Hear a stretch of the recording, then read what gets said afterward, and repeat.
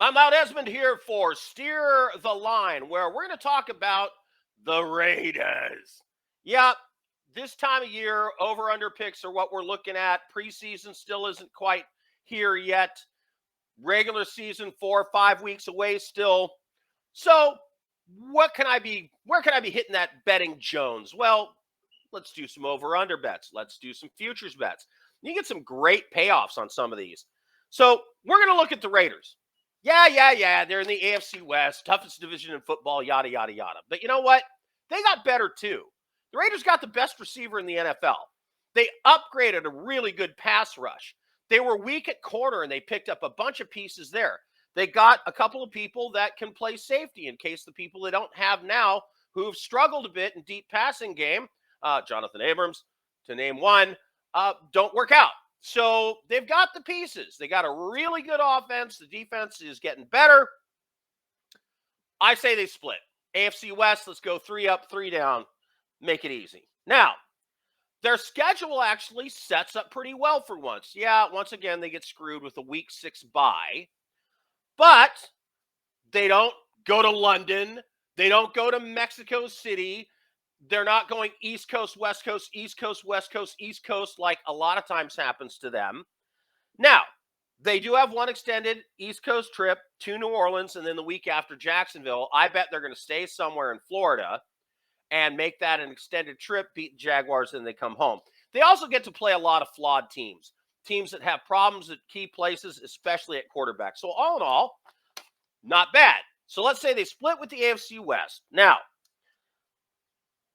let's look at who they've got coming into town that are the easily winnable games. They get the Texans, terrible. Cardinals, hang on, without Andre Hopkins. Week 2, they come in. He's still going to be suspended. The Colts, quality team, good running game, good defense. Matt Ryan, a bit of a statue at quarterback. Might be a problem if they want to pass the ball. But the Raiders beat them last year in Indy. They're not going to fear him coming into Vegas. I think that's another in the win column. Then they're on the road, as I said, to meet the Jaguars on the second half of that road trip with New Orleans. And I think you've got 4 wins there. Absolute definite loss of the season. I see it at the Rams on Thursday Night Football. I also think it's likely they're going to drop to the Titans on the road. That leaves the following. Raiders at Saints, week 7, and then 3 critical games down the stretch. Patriots at Raiders, week 15. Raiders at Steelers, week 16. 49ers at Raiders, week 17. The Raiders get a mini bye before that Patriots game because they play on Thursday Night Football, so they get the extra time. And the Patriots are in the middle of a brutal stretch. When they come to play the Raiders, I think the Raiders pick that game up.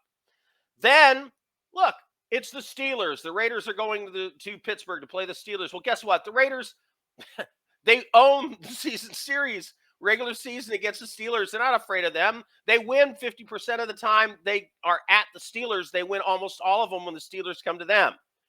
So they lead that series 14-10 regular season. I think Pittsburgh just doesn't have enough at quarterback, and the Raiders pick up that win. Now, that gives them enough to get over the 8.5. So the wins would be Chiefs, Broncos, Chargers, Cardinals, Texans, Jaguars, Colts, Seahawks, Patriots, Steelers. That's 10. Now, they also have the 49ers coming in.